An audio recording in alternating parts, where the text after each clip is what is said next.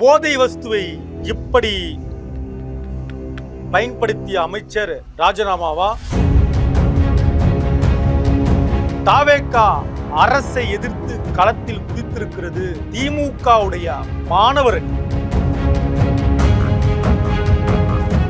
MR. Vijayabaskar ராஜினாமா என்பது தாவேகாவுக்கு பலமா பலவீனமா?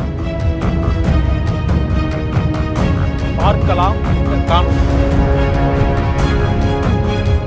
தமிழ்நாட்டுல எல்லாமே சேஞ்ச் ஆயிடுச்சு. உங்க நகையையும் சேஞ்ச் பண்ணுங்க. உங்க பழைய நகைக்கு கிராமுக்கு 150 ரூபாய் கூடுதலா வாங்கி புது நகை எடுத்துக்கோங்க. அதே கம்மி சேதாரம் தான் உங்க லலிதால மட்டும்தான். ஆச்சி மசாலா எந்த சமையலும் ருசி தேடும் ரகசியம் 20 ரூபாய். உலக தமிழர்களுக்கு வணக்கம். இது கிங் டிவி. நான் உங்கள் தமிழ் மாறன். முக்கியமான சில செய்திகளை நம்ம இன்றைக்கு பார்க்கிறோம். அதுல முதற் செய்தியாக அமைச்சர் கில்லி சரத் மீது நடவடிக்கை. அவர் பதவியை ராஜினாமா செய்ய போகிறார். அதற்கான வாய்ப்பெல்லாம் இருக்கிறது. ஒரு நடவடிக்கையை இந்த அரசு எடுக்க இருக்கிறது. காரணம், தொடர்ந்து இந்த அரசின் மீது கில்லி சரத் அமைச்சர் இருக்கார் இல்லையா, அவருடைய வீடியோ, அவர் செய்த வேலை, ஒரு போனை கையில் எடுத்துட்டு அதுல மாத்திரைய பொடி பண்ணதாக சொல்லி அதுல ஒரு பொடியை காட்டி 500 ரூபாய் தாள்ல அந்த வீடியோல நம்ம பார்த்த அந்த தாள் இருக்கிறத நம்ம பார்த்தோம். இது எல்லாமே போதை வஸ்து, போதை பழக்கத்திற்கான ஒரு வீடியோ தான் அந்த வீடியோ. அமைச்சருக்கு போதை பழக்கம் இருக்கிறது. போதை பழக்கம் இருக்கிற ஒருத்தர் அமைச்சராக இந்த தாவேகா அரசுல இருக்கார் அப்படின்றத வெளிப்படையா இந்த வீடியோ காட்டுகிறது. இப்படிப்பட்ட ஒருத்தர் அமைச்சராக இருந்தால் அந்த அமைச்சரவையில இவர் வேறு என்னென்ன வேலை செய்வார்? இவருக்கு இந்த போதை பழக்கம் இருப்பது போல இவர் பழகக்கூடியவர்களுக்கு 4 நல்ல பழக்கத்தை கற்றுக் கொடுக்கணும் இல்லையா? அப்ப இவர் இந்த போதை பழக்கத்தை அமைச்சரவையில இருக்கக்கூடிய சக அல்லது மற்றவர்களுக்கு கற்றுக் கொடுத்தால் என்ன ஆகும்? முக்கியமா போதை ஒழிப்புக்கு எதிராக இருப்பதாக சொல்லக்கூடிய இந்த அரசுல போதை பழக்கத்திற்கு அடிக்டா இருக்கக்கூடிய ஒரு அமைச்சர் இருக்கலாமா அப்படின்ற இந்த கேள்வி இருக்கு இல்லையா? இதைத்தான் பிரதானமாக வைத்து இன்றைக்கு திமுகவுடைய மாணவர் அணி ஒரு ஆர்ப்பாட்டத்தை அறிவித்து அந்த ஆர்ப்பாட்டம் நடத்த முற்பட்டு பிறகு அவர்கள் கைது செய்யப்படுகிறார்கள். எனவே இந்த அழுத்தம், சமூக வலைத்தளங்கள்ல வந்த அழுத்தம், எதிர்க்கட்சியுடைய போராட்டம், ஆர்ப்பாட்டம், இதன் காரணமாக நடவடிக்கை எடுக்கப்படலாம் அப்படின்ற செய்தி தான் நம்ம பார்த்துட்டு இருக்கோம். வெகு விரைவில் நடவடிக்கையும் எடுத்து விடலாம் அப்படின்னு பலர் சொல்றாங்க. கதை முடிஞ்சதுங்க, அவ்வளவுதான். அமைச்சருடைய கதை முடிந்தது. கதை முடிந்ததுன்னா என்ன, அவர் இனி அமைச்சராக தொடர முடியாது அப்படின்றது ஒரு தரப்பு. இரண்டாவதான முக்கியமான செய்தி அப்படின்றது நம்ம இதுல கவனிக்கணும். எந்த சமூக வலைத்தளம் மூலமாக, ரீல்ஸ் மூலமாக இந்த ஆட்சி வந்திருக்கிறது அப்படின்னு எல்லோருக்குமே தெரியும். பல காரணம் இருக்கு. இந்த தாவேகா ஆட்சி வந்ததுக்கு பல காரணம் இருந்தாலும் கூட பிரதான காரணமா இந்த ரீல்ஸ் போடுறது, வீடியோ போடுறது, வீடியோக்கள் அப்படியே அனுப்பிட்டே இருக்கிறது அப்படின்னு இந்த வீடியோக்கள் மூலமாக இந்த ஆட்சி வந்திருக்கு அப்படின்றதுல யாருக்கும் மாற்று கருத்தே இருக்க முடியாது. இதுதான் பல காரணங்களில் முதன்மையான காரணம். அதிமுக சரியில்லை, திமுக சரியில்லை, இதெல்லாம் தான் இந்த ரீல்ஸ்ல கரெக்டா அவங்க மக்கள் கிட்ட போய் சேர்ந்திருக்காங்க அப்படின்றத பலரும் பேசுறாங்க இல்லையா? இப்ப அந்த ரீல்ஸ், அந்த வீடியோவே அந்த ஆட்சிக்கு எதிராக அமைந்திருக்கிறது அப்படி என்பது போல இருக்கிறது இன்றைய கலநிலவரம். ரெண்டாவது, இன்னொரு வீடியோல அறிவாலயம் பக்கம் யார் நிழலுக்கு ஒதுங்கினாலும் அவங்களோட கூட்டணி வைக்கிறது ஸ்டாலின் சார், ஸ்டாலின் அங்கிள் கூட்டணி வைக்கிறாரு. யார் அறிவாலயம் பக்கம் ஒதுங்கினாலும் அது பேர் கல்லாப்பெட்டி கூட்டணி.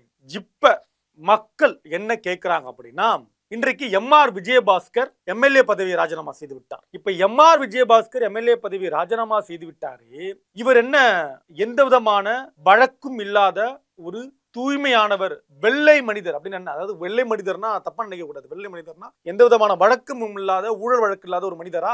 ஏற்கனவே விராலிமலையில ராஜினாமா செய்து விஜயபாஸ்கர், எம்.ஆர். விஜயபாஸ்கர், விராலிமலை விஜயபாஸ்கர் எம்எல்ஏ பதவி ராஜினாமா செய்து விஜயபாஸ்கர். இப்ப இவங்களையெல்லாம் திரு விஜய் அவர்கள் கட்சியில சேர்க்க மாட்டார் அப்படின்னு உறுதி கொடுக்க முடியுமா அப்படின்றதுதான் மக்களுடைய கேள்வியாக இருக்கிறது. நிழலுக்கு ஒதுங்குறவங்களை எல்லாம் நீங்க கூட்டணியில சேர்த்தீங்க எப்ப? தேர்தலுக்கு முன்னால். தேர்தலுக்கு பிறகு நீங்க உங்களெல்லாம் உங்களுடைய ஆட்சி காப்பாற்ற வேண்டும் என்பதற்காக நீங்க உங்க கட்சியில சேர்க்கிறீங்களே, இது நியாயமா அப்படிங்கிற கேள்வியும் இப்பொழுது மக்கள் மத்தியில எழுந்திருக்கிறது.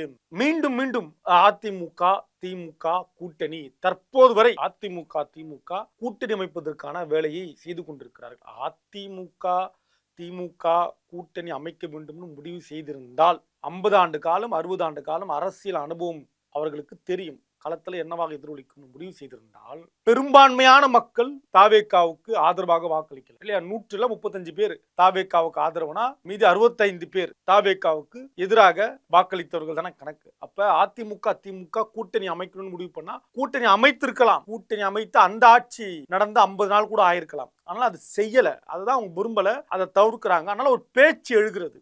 விவாதமே செய்யக்கூடாதுங்க. விவாதம் செஞ்சதே தப்பு அப்படின்றதுதான் இன்றைக்கு கூடவே பயணித்த மற்ற கட்சிகள், தோழமை கட்சிகள், திமுகவுடைய தோழமை கட்சிகள் வச்ச பிரதானமான புகார். ஆனால் இந்த குதிரை பேரத்தை பற்றி இப்ப இவங்க ரொம்ப மௌனமா இருக்கிறது தான் தமிழ்நாட்டு மக்களுக்கு இவர்களெல்லாம் யார் அப்படின்னு ஒரு பாடத்தை காட்டக்கூடிய அளவில் இருக்கு. தமிழ்நாடு மக்களே இவங்க அப்படிதான் பொறுத்திருந்து பார்க்கிறார்கள். இன்னும் என்னென்னலாம் இவங்க உருட்டுறாங்கன்னு நம்ம பொறுத்திருந்து பார்க்கலாம் அப்படின்னு தமிழ்நாட்டு மக்களும் தயாராக இருக்கிறார்கள். அந்த வகையில மறுபடியும் அதிமுக திமுக கூட்டணி வைக்க தற்போது வரை முயற்சின்னு அமைச்சர் சிட்டி நிர்மல்குமார் பேசிக்கொண்டே இருப்பது என்பது உள்ளபடியே வெறுப்பை தான் மக்கள் மத்தியில ஏற்படுத்தியிருக்கிறது.